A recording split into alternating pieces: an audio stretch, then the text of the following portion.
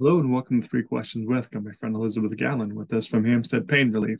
So we got a little bit of a bio. So she owns and works at Hampstead Pain Relief. She's a licensed massage therapist focused on relieving neck, shoulder, and lower back pain for adults. Welcome to the show, my friend. Thank you very much. Welcome. I'm happy to be here. So I'm kind of a little intrigued by what you're doing because you're doing things that I'm not really familiar with. So it always makes for a more fun interview, to be honest. But you told me that you use a tie mat and a muscle liberator. I don't. Let's start with the tie mat. What is that? So a tie mat is actually a soft mat that lies on the floor. As you can see, it's behind me here. Uh, It's quite long and it's wide. What it does is it allows me for clients that come with clothes on is so that I can put them through range of motion because your pain starts actually in your armpit as opposed to up in your neck or your shoulders, for an example, for a headache.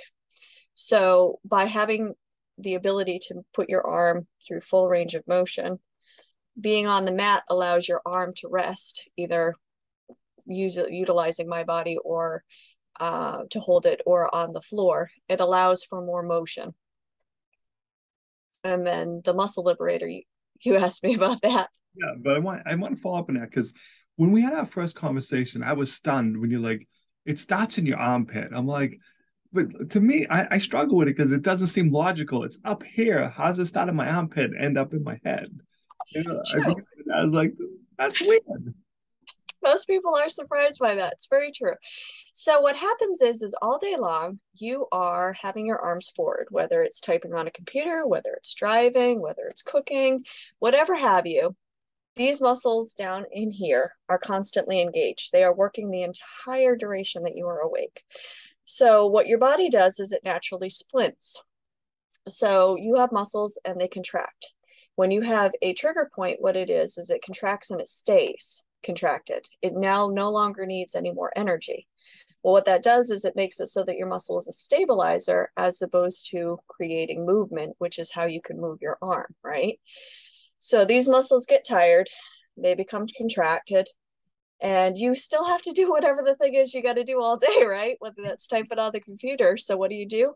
Well, you start engaging these muscles in order to be able to raise and move your arm, right? Well, these muscles are not meant to. Your shoulder blade is meant to help you with that. So the pain travels up, around, goes up through your neck and around your head like a question mark. And then you have a headache that you go, oh my goodness, why did I have a headache? Well, maybe if I rub my head, it'll go away. Yes. But that's not where it started. Well, maybe if I rub my shoulders, maybe it'll go away. But that's not where it started. So you have to go all the way down to where the root is for where it started in order to completely alleviate that. See, that makes perfect sense when you describe it that way. I'm like, oh yeah, because again, when you told me that everything we do uses that. I'm like, she's right. While I'm typing, when I'm driving, just running, walking, whatever I'm doing, it's all there. I'm like, okay, that makes perfect sense. All right, so now let's go on to the muscle liberator. What is that?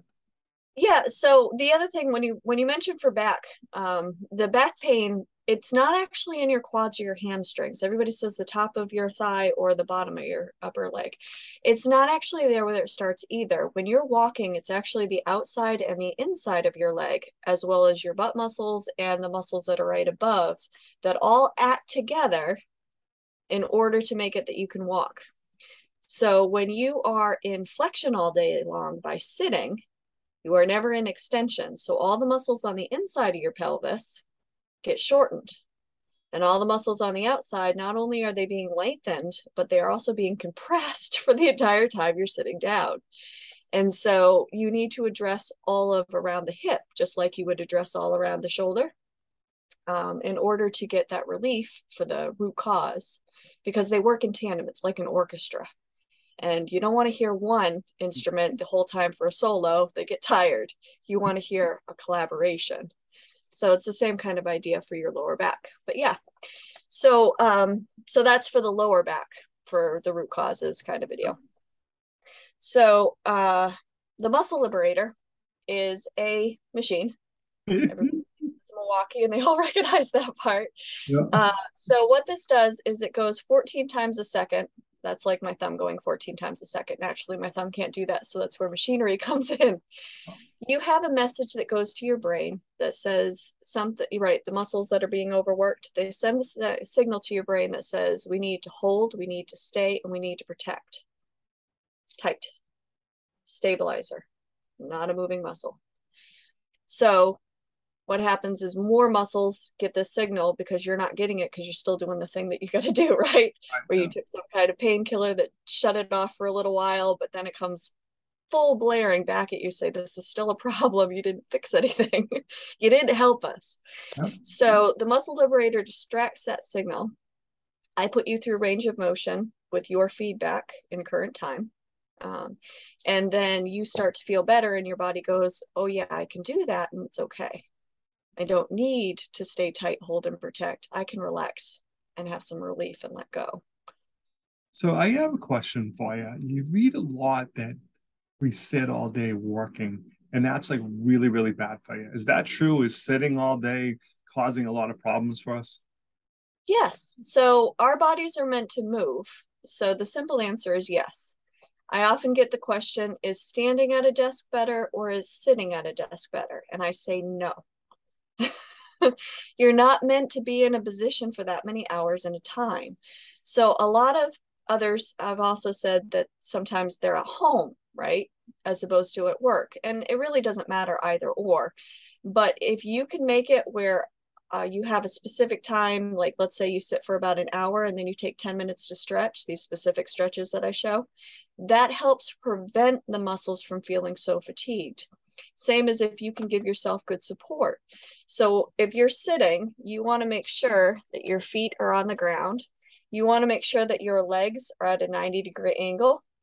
If your legs are higher than your butt, which is like a bucket seat, then you're putting a lot of pressure all on your back. All that pressure goes because you don't have leg support. It's all just gravity works. Unfortunately, in this case, not good.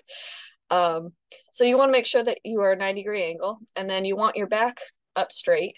Your head, for every inch it's forward or to the side, any inch that it's not over your neck, is 8 to 12 pounds of pressure added onto your neck. So you can imagine with me doing this for 8 hours, 10 hours, 12 hours, 16 hours, it puts a lot of pressure on that. So even just making it that you are level, you know, everything on top of each other, bone stacked is what we like to call it, will help. And then if you can have your keyboard so that I'm going to put my hands higher, but if my arms were on the armrest and then I had the keyboard here, you know, I actually have it when I drive that I don't drive at 10 and 2. I drive quite lower. And the reason being is I have a pillow under my left arm and I have the armrest for the right arm. And that makes it so that these muscles are not engaged that entire time that you are clicking and typing away or driving or whatever it is you're doing. So if you're going to sit, because most people do, then I suggest that posture. And I would also suggest that if you can make it where you have a timer, because it's so easy to go hour on edge, right? You sit there and you go, oh my goodness, I have such a crick in my neck. How long have I been doing this? Yep. 4 hours. I haven't gotten up. Just get in the zone, you know? Yeah, you're in the zone, you're getting the thing done, you're on a roll. And even getting up and getting a drink of water and walking is awesome too. That gets the blood flow, which is awesome. But you also want to do some stretches in order that way that those muscles feel even more relief. So tell me a little bit more about who you help, my friend, then. Sure. So who I help, I focus on relieving neck, shoulder, and lower back pain pretty much in adults. So people who are at computers, people who like to go and work out, people who, for the trades, right? Plumbers and electricians are awesome, and they are constantly in weird, awkward positions in order to get to whatever plumbing or electricity they need to, right? Or they're way up high and they've got their arms up in the air doing whatever they need to for electricity. Let's see, who else? You know, there are some people that have been in accidents and they've just been told that that's their range of motion now. I disagree. I've had a lot of people that have had whiplash or something to their back. The person that I got into massage has a herniated disc. There was no surgery back in the day for her. They won't touch it now. So massage really helps. I have had people who have replaced limbs. So they have replaced knees, for instance, or joints rather. Their range of motion has improved. And it's because I work within the body. So I work within the ease, right? You tell me what feels good and I go with that. So the best visual that I have come up with is if you picture a knot in the center and you have your body, what it's telling you what it wants, and your therapist, your massage therapist on the other side.